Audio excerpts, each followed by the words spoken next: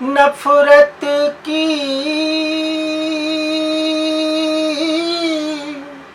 दुनिया को छोड़ के खुश रहना मेरे यार।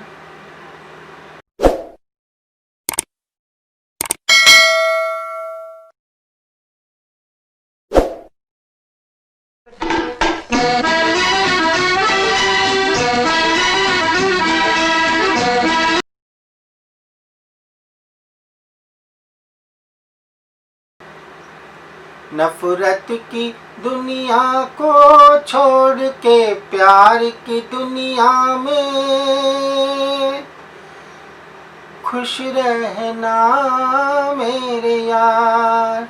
इस झूठ की नगरी से तोड़ के नाता जा प्यारे,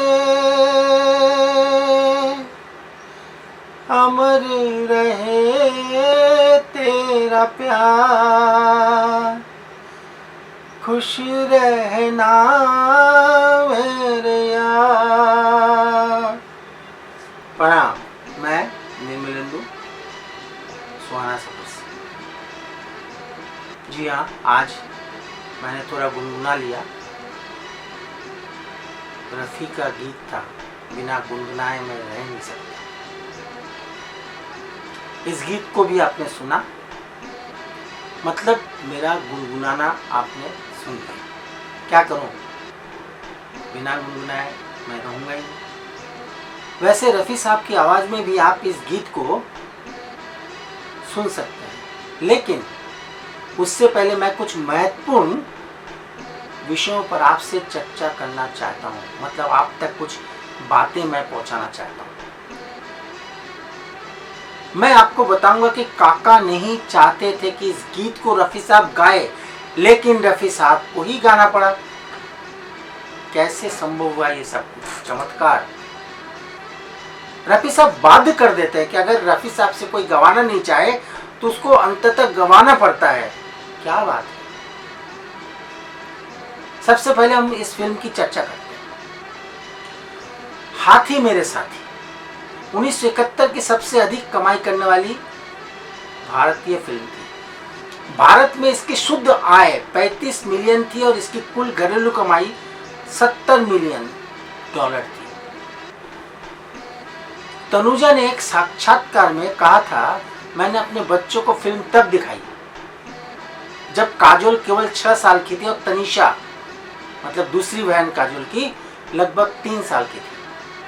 इस फिल्म को देखने के बाद 2 हफ्ते तक काजोल ने मुझसे बात नहीं की। ये बात तनुजा ने अपने एक इंटरव्यू में कहा। जी हाँ, क्यों बात नहीं की? दरअसल वो हमेशा मम्मी से कहती रहती, आपने हाथी को क्यों मार डाला, आपने हाथी को क्यों मार डाला। और इसी वजह से 6 साल की थी तो जितनी समझ थी कि एक हाथी को नहीं मारना चाहिए, आपकी वजह से हाथी को मारना पड़ा। ये सारी बातें काजोल के दिमाग में 6 साल की एज में घुस गई।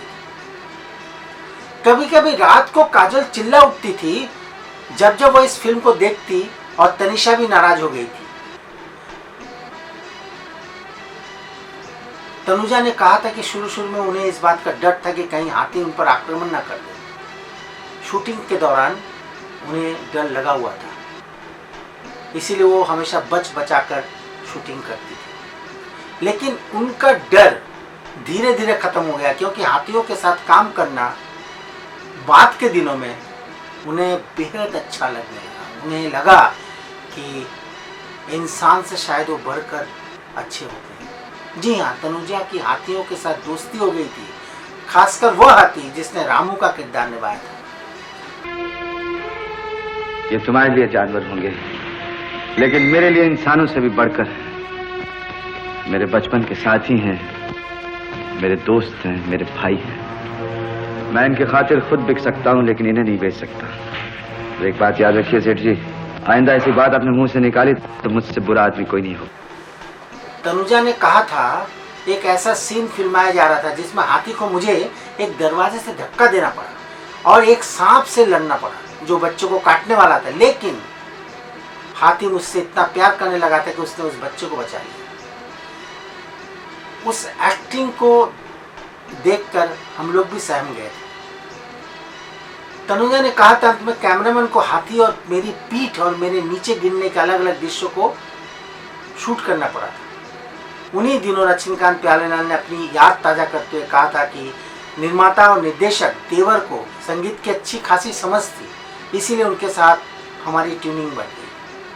देवर में एक सहज संगीत की भावना और लय के लिए एक भावना थी और वो हमारे टाइटल ट्रैक से शूट करता था। उदास गीत नफरत की दुनिया जो फिल्म में मोहम्मद रफ़ी साहब द्वारा गाया गया एकमात्र गीत था और किसी गीत को मोहम्मद रफ़ी को गाने के लिए नहीं दिया गया था, क्योंकि तब तक किशोर साहब काफ़ी पॉपुलर हो चुके थे और जब इंडस्ट्री में कोई ज़्यादा पॉपुलर होता है तो उन्हीं को कास्ट किया जाता है, चाहे वो गायक हो, गायिकाएँ हो या एक्टर एक्ट्रेस हो, क्योंकि उनके नाम से फिल्में बिक जाती हैं। जब जानवर कोई इंसान को मारे, जब जानवर कोई इंसान को मारे, कहते हैं दुनिया में वैसी उसे सारे, एक जानवर की जान आज इंसानों ने ली है। चुप क्यों है संसार, खुश रहना मेरे यार। जावेद अख्तर ने इस फिल्म के बारे में एक इंटरव्यू में कहा था कि ये फिल्म किस तरह से बनी।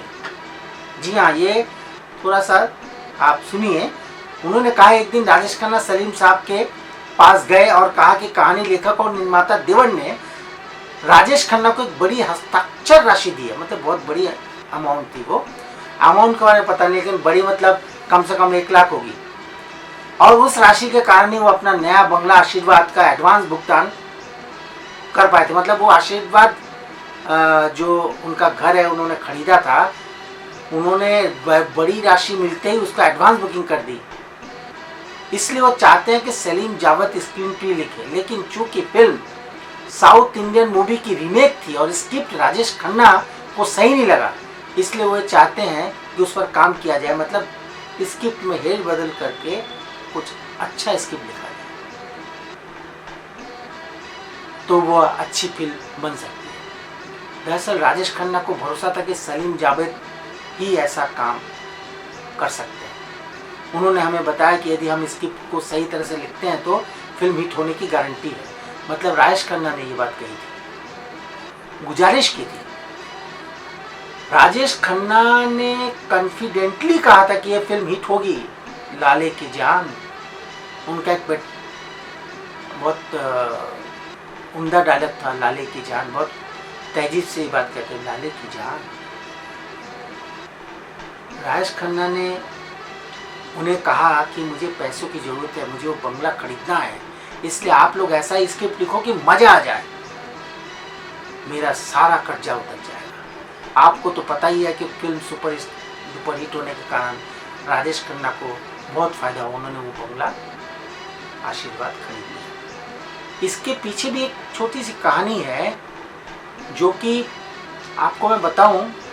सलीम जी ने कहा था कि उस फिल्म के स्क्रिप्ट के लिए उस समय इन्हें 10,000 रुपये मिले थे, केवल 10,000। वो भी 2 पार्टनर थे, तो नेचुरली दोनों में जो हिस्सा बटा 5-5 हज़ार का। मतलब 1971 में अगर ये फिल्म रिलीज हुई है तो 5-5 हज़ार का हिसाब लगा लीजिए कि आज 50 साल बाद उसकी वैल्यू क्या है। लेकिन 5,000 रुपये अभी सोचकर हमें लगता है कि अरे कुछ भी नहीं मिला।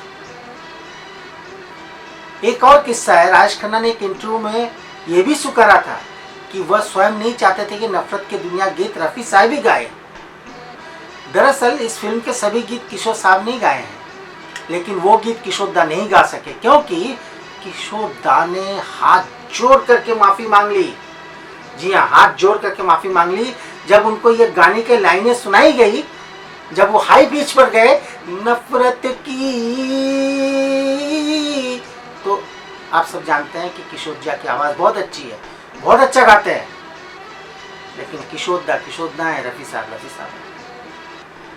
जी हाँ, उन्होंने हाथ जोड़ करके माफी मांग ली और इसके साथ ही किशोर दा ने राजेश खन्ना से गुजारिश की, हाथ जोड़ करके गुजारिश की थी कि ये गीत केवल रफी साहब ही गा सकते हैं और अगर उनसे गवाया तो फिल्म में गारंटी है कि फिल्म हिट होगी और लोग इस गीत को सुनते वक्त या सुनने के बाद रोने लगेंगे, उनकी आंखों में आंसू आ जाएगा। उन्होंने जो कहा वही सच हुआ। सिर्फ और सिर्फ रफी साहब ने इस गीत को गाया। किशोर दा ने कहा था, दिल को छूने और आंखों से आंसू निकलने वाली आवाज है उस शख्स की जिन्हें हम रफी साहब कहते हैं। साहब कहते हैं, रफी साहब। लोग अगर रफी साहब का नाम लेते हैं तो रफी साहब कहते हैं, केवल रफी नहीं कहते।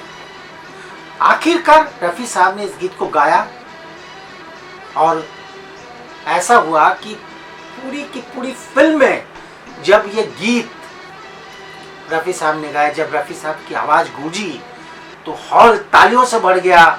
और इस गीत के कारण ही बाद में राजेश जी ने स्वीकार किया, सलीम जावेद में एक इंटरव्यू में कहा है कि अगर रफी साहब ने ये गीत नहीं गाए होते शायद ये फिल्म भी हिट नहीं होती।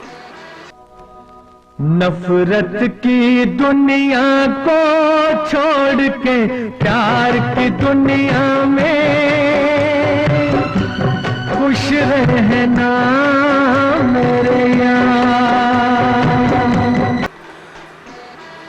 एक और राज की बात बताता हूं।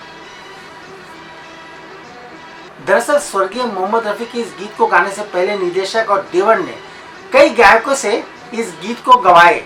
जी हाँ, किशोर दा को ऐसे ही बताया गया था और कई लोगों से गाए। महेंद्र कपूर, मन्ना डे से भी गवाए गए, लेकिन उनकी आवाज में वो दर्द, वो एहसास, वो प्यार, वो कशिश नहीं था जो कि इस गीत के लिए जरूरत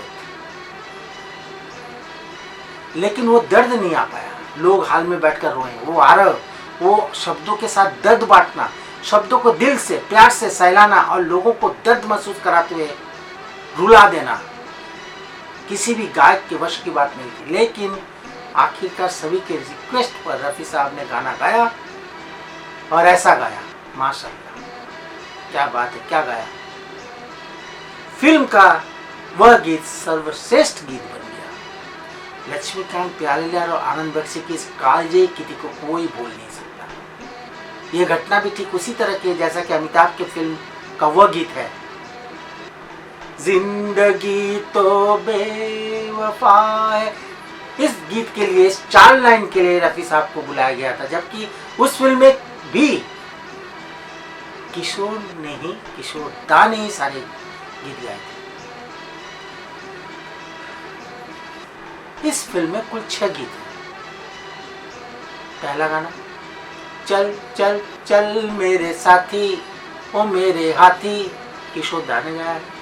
चल चल चल मेरे साथी ओ मेरे हाथी, चल ले चल खटारा खींच के। दूसरा गीत है दिलबर जानी चली हवा मस्तानी, एक डुएट सॉन्ग है जिसे किशोर दा और लता दीदी ने मिलकर गाया।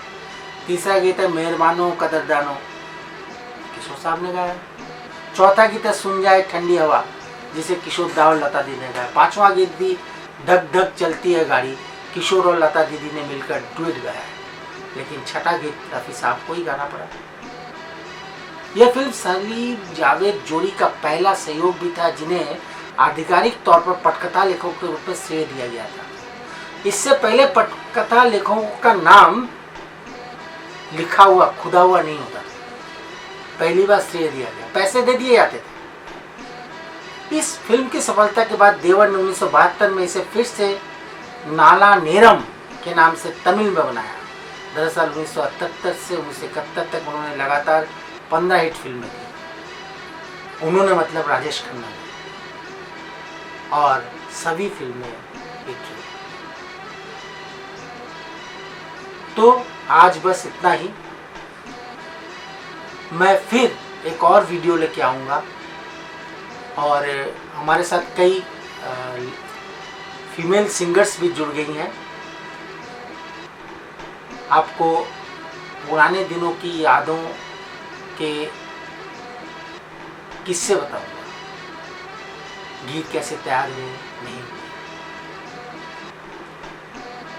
आपको अगर इस वीडियो को देखना है, मतलब नफरत की दुनिया के गाने को सुनना है, रफ़ी ने किस तरह से गाया है, तो आप यहाँ लिंक पर जाएं और इस गाने को सुन सकते हैं। अगर आपको ये वीडियो अच्छा लगा तो आप शेयर करें, सब्सक्राइब करें, और ज़्यादा से ज़्यादा लोगों तक मैसेज पहुँचाएं। रफ़ी पर जो मैं किताब लिख रहा हूँ, रफ़ी साहब पर जो मैं किताब लिख रहा हूँ, उसका काम भी चल रहा है, और मुझे लगता है कि अगले 4-5 महीने में मैं उस किताब को पूरा कर लूँगा।